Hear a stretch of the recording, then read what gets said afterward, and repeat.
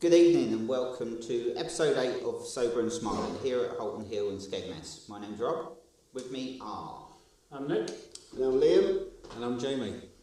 Thank you guys for coming on and having a listen. Please, we're on a Spotify channel and we've got a new YouTube channel as well. So please click on the Facebook page and have a listen and a share. This week we are going to be sharing all about living in recovery. Is that it? Living with sobriety. Sorry, I totally got mixed up then. Living with sobriety. So I want to just kick off just quickly. This might go into it a tad, but this week I've been contacted a lot by members of my family, and they're all having a listen and a share, and they've so like, and my family are a big thing for me to live with my sobriety and in my recovery, because I get so much help from them really, and just for me it really helps me to live my life in recovery, knowing I've got the backup of those people, because back in the day I didn't have the backup of those, because I was like the black sheep of the family, and it was I was always fucking up basically, and nobody trusted me. Like my family never trusted me, because they just didn't know what I was going to do, or where I was going to be, or whether I was going to be in a police cell, or etc. etc. So and to have their backup and their understanding and their support over what we're doing now here is great really. I couldn't ask for any more. So if you get nothing out of any of this, just think that this is what recovery does. It helps you. It puts me in a better place in my life. I'm going to leave it there for a tad. I'm just opening it up because I've lost the words now. To be fair, like I say, but my family, they've just actually started listening to it, and to them it's actually answered a few questions to why I was the way I was, but also it's actually helped them broach and ask me other questions. Stuff that they may have been, maybe worried in the past to ask me in case of risk of offending me, or me going off on like a mad tangent or something. So it really has helped in that respect as well. Yeah, and that's what we wanted to do really, didn't we? We wanted this to help people that A, weren't in recovery, B, that sometimes weren't even addicts. It was also for loved ones and stuff to understand. And I think this, from the feedback I get from my family, I don't know about your family, but the feedback I get from mine, you just said it as well, that they finally understand what it was like to be an addict. Because nobody, if you're not an addict, it's impossible to understand that. And by coming on and listening to the YouTube channel and stuff, and listening to us now, it gives them a better sense of understanding what we go through on a day-to-day. Yeah, oh, definitely, because like one thing they've asked me, they called me the other week and said, "Nick, were you really that bad?" I said, "Yeah." He said, "Were the blackouts that frequent?" It's like, yeah, there's no two ways about it. There have probably been times where you saw me and were 100% and thought I was 100% compass mentis. I don't remember a damn thing. No. But also it gives them a good learning of of the way things are. And that it's actually given them a little bit of peace that some of the questions that they had in the past and that they weren't sure about, it's given them a bit of peace of mind. And that. Well, yeah, because we were answering their questions. Yes. Yeah, definitely. I think having that blanket of your family and your loved ones around you is a big thing. It's a big thing for me. I know there's people out there who struggle with that because they don't really have that. There is quite a few people I've spoken to who say, we don't have that family. My mum's not. I don't talk to my mum. I don't talk to my dad. I don't talk to my siblings. But it's definitely. It is a blanket for me, because they are now understanding where I was in my own head. Yeah.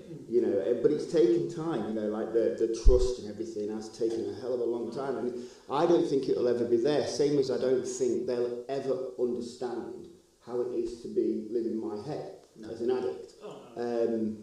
But I think with me doing what I'm doing to stay sober on a daily basis puts their minds at ease, you know, and they can see that. Yeah. You know, they can see, like, every day I have a morning routine, you know, I do what I need to do to set my head up for the day. And that's understood now. Yeah. You know, and when I did the steps and stuff, and I had to make amends to certain people in the family and stuff, and we sat down and we had a talk about it and that, I'm kind of lucky because everybody knows what I've been through to get to where I am today, and they know that I don't drink and stuff like that. And if we go out for family meals or we go out off on holiday and whatnot, nobody makes a fuss about, oh, you know, I can't have a drink because Liam's here. Do you know what I mean? And I never want it to be like that. You know what I'm saying? Yeah. I don't it just made me laugh because Why? for the first probably 5 years of my recovery, It was like that. It was like that. Yeah. And like my own, and hopefully, I mean, I know he's listening to this, but my own brother will for the first couple of years was, like, we'd go out and we'd have a meal and sort of like you'd go to the bar, and everybody else was drinking, which is fine. And then obviously you're not drinking, you're having coffee or whatever. And it's uncomfortable. I know it was uncomfortable for him. And it was uncomfortable for other members of my family because they thought I was going to react differently. But do you think, sorry to interrupt, but do you think if you wasn't a known addict, let's say, as such, right, and you wasn't an alcoholic, and you went and sat with him and had a coffee, as a normal person as such, and you just said, oh, I just fancied a coffee, would that be uncomfortable for him?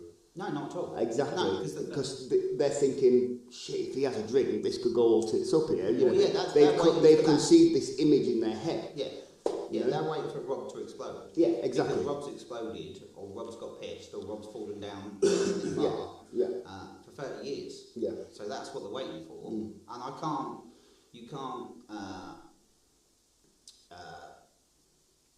make them understand that that's not how it is now, because they're expecting it, because I've done it to them. So it's just like, and the beauty of this and what we're doing and the years of recovery and everything else is that's the penance. Yeah, exactly. And that's the only way I can show people or I can change people's minds. Actions speak louder than words, don't they? Every time. Every time. I mean, I've found what's happened now over the few years that I've been in sobriety, you know, as we all know, it's not been an easy road for me, as for this addict, you know, there's been a lot of ups and downs, but I've found my flow now, and it's quickly become not like, oh, you know, I'm sober, I can't drink, you know, oh, I can't go there because I can't have a drink, oh, I've got to do this, oh, I've got to go to this meeting, oh, I've got to do this. It's quickly become a way of life. Do you know what I mean? It's like everybody knows that I can't have a drink. Everybody knows what I'll be like. But it's never mentioned, it's never brought up, which I feel good about that. Because do you understand what I'm trying to say? Everybody knows about it, but it's never thrown in my face now. No. Yeah, you know, they want to be different. Exactly. So it just naturally happens wherever we go. Like I said, if we go on holiday out for a meal or go to a do or whatever, it just naturally happens. Everybody knows that I'm going to order either a Coke, a soft drink or a coffee. They know that. Do you know what I mean? And that's taken a lot of time to get to that point. And you know, to live with this disease that we've got to do certain things. We've got to live by certain rules and consistency. You know, get up, have our routine, do our grass list. You know what I mean? I think everybody should do a bloody grass list in the morning. I do, honestly, because it sets you, even if you're not in sobriety. I do, honestly. Even if you're not in sobriety, it sets you up for the day. See, that and it humbles you, man. No, that works for you. It don't work for me. Well, it actually works for me as well. I honestly, do you know? Can I just stop you, right? Do you Go know? Do you know what Ellie said to me, right? She says, because I've filled, I think, about 3 or 4 books now, notepads full of all my grass lists. You write everything neat, by the way. Oh, thank you, mate. Everybody you says write a bit like a girl. she said to me, says, do you just do that to take pictures and send it to your mates, or do you just do it for yourself? And I was like, right, okay, let me explain this. Let me explain this. I do it. Version of a dick pic. I do this for myself, and I find it it's like affirming to myself. Affirmation, is that the right word? Yeah, to myself to set up the day. So if I write 3 points every single morning. Like a girl. And it sets me up. Honestly, it puts my mind at rest. So laugh if you will, but that's what I do. And everyone has their own ways of keeping sober. And it's keeping me sober. No, so I like it. I like it. I get a lot out of it as well, to be honest. It does ground you. It kind of keeps you present in the day. It's good. Yeah, to be fair, I mean, you do what works for you. I mean, I think I've only ever done the Gratz list once, and I always said, the only thing I put on a Gratz list, what shall we thank for? I just put the fact I'm breathing. Absolutely. I know that sounds a bit sort of cliche, but one that I like every day, that I kind of have every day, is the waking up without that mental obsession. Waking up in the morning, it's the first thing in my head as soon as I wake up. I mean, to say that's got. I like to remind myself about that, because it's massive. That is, for me. Oh God, the feeling of that feeling of not worrying about. Not worrying about what you've done the night before. I always said, when I used to come out of blackouts and stuff like that, first thing, phone, wallet, keys, everything. Would check everything. First thing, check my phone. If I would text anyone that I shouldn't have, then next thing, come out of my bedroom, see how many people are pissed off, and then see how many people don't talk to me or just walk away from me. And when waking up and not having that on my mind, it's just, oh God, you can't put a price on it, you really can't. I think one of the other things as well that's keeping me sober, and that I have to do on a daily basis, is when I can, speak out loud about it. Yeah, well, it takes the obsession away. Like these podcasts and the Tuesday meeting that I do, CA and stuff, and just talk about it, and just say, I am an addict. There's no shame in that. When I first came into the rooms, I was scared of saying I was an addict, because people have this image of an addict being, homeless and on a park bench and stuff it's like not that. though, is it? No, yeah. I like to remind myself that I'm an addict, because although I'm completely clean of all mind-altering substances, I've still got an addict mindset.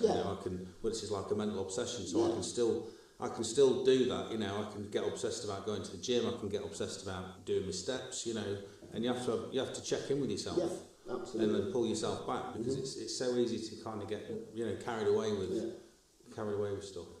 One thing I will say though, when you get sober, you drink a lot of coffee. Oh mate, I drink too much. I didn't go into coffee, I just went into eating. Oh Jesus, I think in the first week of my actual sobriety, I think I went for like 20 packs of biscuits. I'm not even joking when I say Do you know why that is? I even did, this is no word of a lie, that eating challenge they used to have, what's now the Merry Mermaid? I actually did that one day when my head was that buzzing, because I was like, I'm on the verge of... Was that the burger? On a bin lid? Yeah, it was like an enormous burger with a load of wedges. And one night, when my head was buzzing that badly, I thought, I'm going to have a drink, and I saw it, and I walked straight in, and I annihilated it. It's because just because I had to shut my head up. It's because of the sugar, though, isn't it? That's what it is. You've got to have the sugar. You've got to have the sugar replacement. So a lot of people go for like the sweets and all. Well, you've got to think that sort of like me as an alcoholic in the latter part. So I was drinking sort of like 3 bottles of wine a day, plus probably a litre of vodka every single day. And you've got to think that there's I think it was like a bag and a half of sugar in every bottle of wine. So the amount of sugar you have as an addict, especially as an alcoholic, is massive. You suddenly cut that out, you then have to replace it with sugar. That's why everybody gets like sweets and a sweet craving for months, and it lasts forever, doesn't it? It does last. You think you're going to get dead thin and dead skinny after you stop drinking and go into recovery? You don't. You go the other way to start with, don't you? You've got to keep a lid on it. Well, I say it's like it's just like a cross addiction, isn't it? 'Cause you can go binge eating and anything else. Yeah. But to use my fellow 1 3 stone. Actually, it's not, but I'm not going to go into it. I think the key for me, living with sobriety and keeping sober on a day-to-day basis is basically routine and consistency. Routine and consistency. That's how I see it. Yeah. Doing what you need to do to Structure. And structure, having structure and keeping your, keeping straight. Because you don't get a day off from it, do you? You can't have a day off. No. You don't get a day off from it. No, and I've learnt the hard way. I've tried it before, and I thought, well, I don't need to do that today. And then I might be alright if I don't do it the next day. But then Maid will say to me, well, you was alright yesterday, so have another day off, and then have another day off, and then before you know it, your head's busy, and then you're off the rails again. You've got to make it priority. You've got to put it before everything. You've got to be selfish with it. But the life it gives you, I'm not sitting here saying it gives you like everything, because it's not all easy, is it? I mean, the thing is, everybody has. Normal people have like a bad day, but when we have a bad day, absolutely. It's hard to get through. And I think someone said at the CA meeting the other day, she said, because I put a lot of pressure on myself, thinking I've got to do this and do that. She said, if you got through the day and put your head on the pillow and you haven't picked up a drink or a drug, it's a win. You've had a fucking good day. Yeah. And it's absolutely true, that is. The average person, they could have a bad day and just go, just 2 minutes ago, 2 minutes later, gone. We do it. Oh God, we'll sit there and dissect every little detail. And we could be sat in that mindset for hours and hours. Yeah. Thinking, why did it happen? And you'll ask yourself the craziest questions. I do. I'm a swine for it. Yeah. I overthink everything. That's mainly because it's what we've all learned is addiction is a mental disease. So it's the brain that's doing it. So you've got to have, like you said, you've got to have peace of mind. So it's peace of mind that I look forward to every day. It's peace of mind that my brain's not going 100 miles an hour. And that's why we do keep it, and that's why we do get addicted to things like gym and stuff, because we have to keep it busy. We have to keep it busy. And you've got to get something that gives you a dopamine boost as well. You've got to. And it's about, one thing we missed out as well is like being transparent and honest. Yeah. That goes a massive way. But a big thing for me, and I wasn't going to say this because you're talking about like the family stuff. I mean, some of my family get it, some of them don't, because I've had to put boundaries in place to start kind of protect me and put me first, and it's caused a few issues. And I don't know if some of the family listen to it or not, but hopefully they are, and they'll kind of understand, because I've got to do this, because it's life or death for me now. And I've had to change. I've been told I've been brainwashed in rehab the last time I went in, because I've had to change my life so much, because everything I've tried to do in the past, it hasn't worked, because I've never stayed sober. So I've had to make some drastic changes. And people don't like it, but they're used to the version of me that they've known for the last 47 years. Which no longer exists. Which it can't exist, because if I let that person back, I'm fucked. Yeah. And it upsets me, but I mean, I hopefully, it's been. I think now, because what we've put our family members through, I think there'll always be that edge that they're living on. They're always waiting for us to do something. Do you understand what I'm saying? Like, there'll always be, say it's been like 6-7 months or something, like sober, just an example. They'll be thinking, is there something coming around the corner? What's going to happen? Do you know what I mean? It's like, I think they think that. That's because it generally is, though, isn't it? We hear all the time that people will relapse after 30 odd years.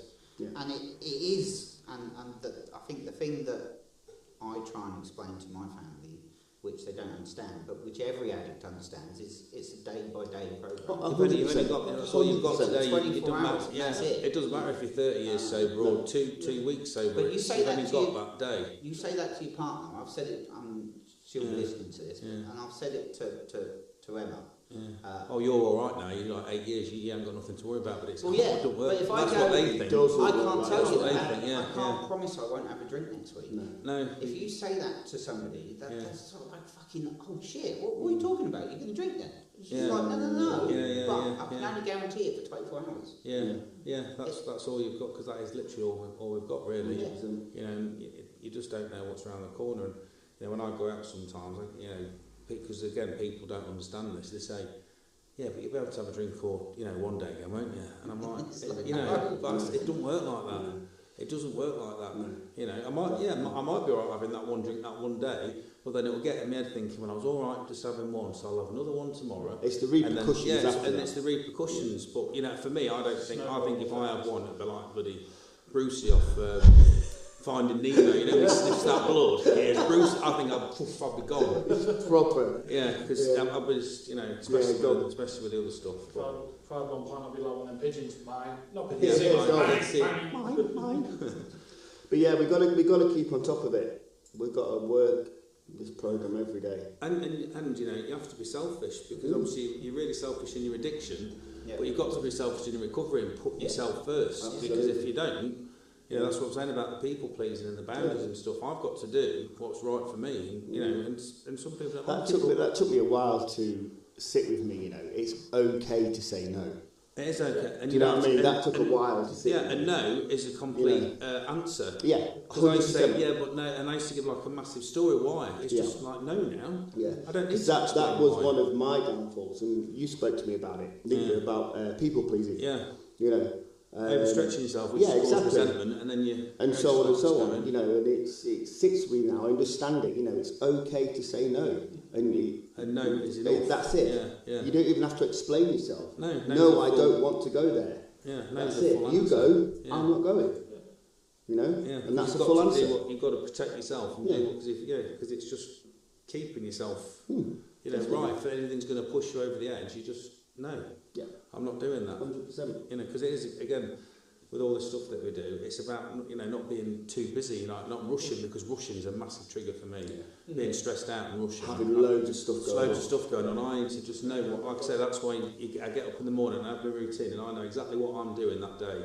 Unless something's an emergency or goes in there, I don't do it. I say, right, well, I'll do that tomorrow, because it keeps me calm.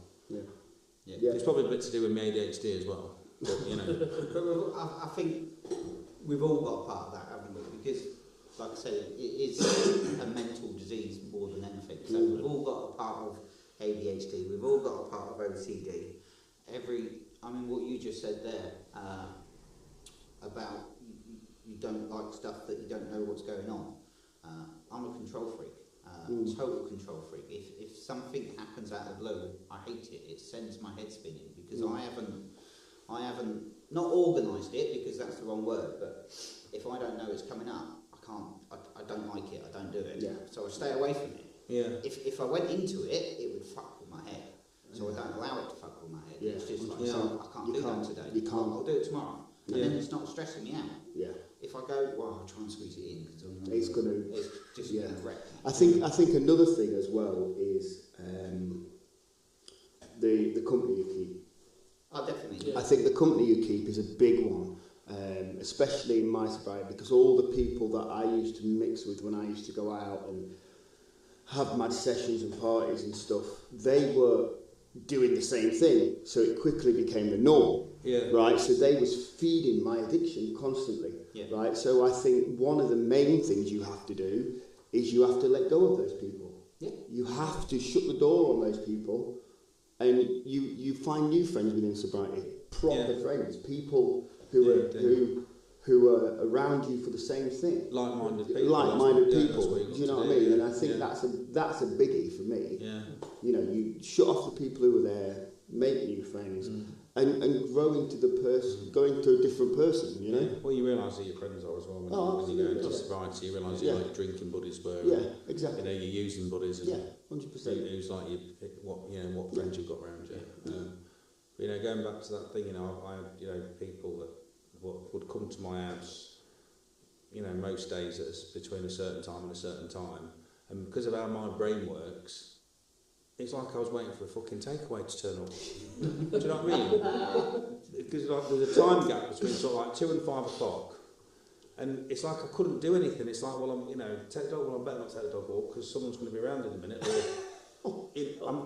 Honestly, like I say, I couldn't do anything. Because your whole life was consumed by that. I was thinking, well, someone's going to come around my house in a minute, and and then if they didn't come, I'd be resentful that they didn't come because I hadn't done anything all afternoon. Because it's that unknowing which I can't do. I suppose it's like a form of control, but it's stopped now, and it's a shame. But it's I've got I've got peace, you know, and I feel calm, and I'm the best I've mentally and physically I've been in my entire life, you know, and I've got to keep it up. Sobriety has major blessings. It really does. Oh yeah. But you've got to work for it. You know, I found that out. It doesn't. You don't just come to your first meeting. And have it all. You know, as addicts, we want that, don't we? We want someone to give us a frigging pill or whatever, and it'll all be gone. We're done. Yeah, totally. You know, but well, so they said to me in rehab, you know, I remembered it from the last time I went in. They said, you know, when you're in that addict mode, that drive and that energy and that force that you've got to kind of go and get that drink or that drug at whatever time, you know, you want it. If you put 10% of that effort into sobriety and, you know, work and gym and all that sort of stuff, you'll smash anything in life, and it's true, you know, because that focus, you know, it's a good like mindset to have, and that's kind of, you know, obviously I put up more than 10% in, but it's true what they say, because it's like focusing that drive and that energy into something good, and it, you know, and it works. Yeah, definitely. It does. Yeah. So what are the takeaway points with living with recovery? So what's your biggest thing you would tell, sort of like somebody who came into the rooms and went, right, what do I do? How do I surround yourself with like-minded people. Yep. Get yourself a routine and be consistent with it. Cool. Jamie? I'll go last because then it's really hard for me to Well, like I said, I think Liam's hit the nail on the head really. But you know, I'd add in there, you know, about the people pleasing and the boundaries, and honesty and transparency. Cool. I was going to say that you need to recover, but what I would say is don't be hard on yourself. Yeah. Because that's one of the biggest, for me, that's one of the biggest things that turns people away from like meetings or even recovery, because like, they might make a mistake. They say they've not stopped drinking, and then they've come to the meeting that way, or they promised they wouldn't. And the moment they sort of, oh, I've not done it right, so they're so hard on themselves. They go, I'm a failure. I'm just going to leave. Yeah, that's a good point. That is. Yeah. No, so they leave and they never come back, and so I would say just don't be hard on yourself. Be patient. And little steps. Do little steps. Do not do anything. And I've always said, don't do anything you don't feel comfortable with. Just take it at your own stride. Yeah, nice. that is good. There was. You just reminded me about something there as well. You know, because we're perfectionists as well, and it's, you know, perfect doesn't exist. It's about doing everything to the best of your ability, or doing something a little bit better than you did the day before. Because when you get out your head that, you know, nothing's perfect and it never is going to be, that makes it easy, because like you say, you beat yourself up all the time. You're thinking you should be. You set your standards too high. Yes. That's what we do. Yeah. But we don't need to, like you say, you know. And if I feel like I haven't done much in that day, but then I have to think, well, I've got through the day, I've got my head on the pillow, and I've not picked up a drink or a drug, so it's a win-win. It's a win-win. Yeah. Cool. Right. So mine is going to be. So when you come into recovery, you need to understand a few things. So understand that, as James said, you have to change your whole life, your whole attitude on life, your whole friends. You have to look and see where the addiction's taken over. So for me, it was work, it was driving, everything else, it was the people I was hanging out with. So when you come in, be prepared to change everything, because you're at your lowest ebb, you're at total rock bottom. There's no reason why you wouldn't change your entire life. Just change your entire life, change your entire attitude. Come in with an open mind. Second biggest one is don't let anybody tell you how to be recovered or get recovered. 100%. Because I found that out. I've been to meetings and I've been to a few places that go, you need to do this, read this book, do this, do that, get on your knees, do this, do this, do this, do that every day. Guidelines. And then you'll be fine. No, you won't, because you're doing somebody else's recovery, whether it's from a book or from your sponsor or whatever. You cannot do somebody else's recovery. If my recovery is totally different to everybody else's, and I've had addicts or in recovery people tell me that I ain't doing it right, and I'm going to drink next week because I ain't doing it right. It's just sober. You're staying sober. Exactly. So you're doing it your way. My way is perfect for me. Yes, I've always said and that. your way is perfect for you. Yeah. You don't do the same as I do, No. and I don't do the same as you do. No. But so don't come into this and be told what you need to do. Find your own way. Have the courage and strength to just do it your way. I think. Correct me if I'm wrong, quickly, but I think come in, listen, open your ears, Absolutely. work out what's what, listen to what people say, get it as a guideline, and then 100%, Rob, you're so right. You've got to find your own way. How you sit within your sobriety. Definitely listen, because the meetings are, I'm not snagging meetings off, because the meetings are brilliant and the shares you hear are brilliant. There's so many wise people out there 100%. that are in recovery that have got such great stories that you learn from. Yeah. So learn from them. Don't copy them, just Learn from them. Yeah, exactly. Yeah. Yeah. My takeaways anyway. Right, I enjoyed that little chat. It was good. Time went really quickly there, lads. So we are out of time. So thank you everybody for listening. Please go onto the YouTube channel. Please go on to the Spotify channel. We're on there, so it's Sober and Smiling. We're also on Facebook. So come and have a little listen, or just pop down here at Holton Hill in Skegness. James here. So please, thank you for everybody sharing. And most importantly, if you go onto these groups, please put a comment. Put a comment on what you'd like us to talk about. That'd be really helpful. So it's thanks from me. And it's thanks from me. And me as well. And me as well. But also, please, like, subscribe and share. Yes, please. Thanks very much.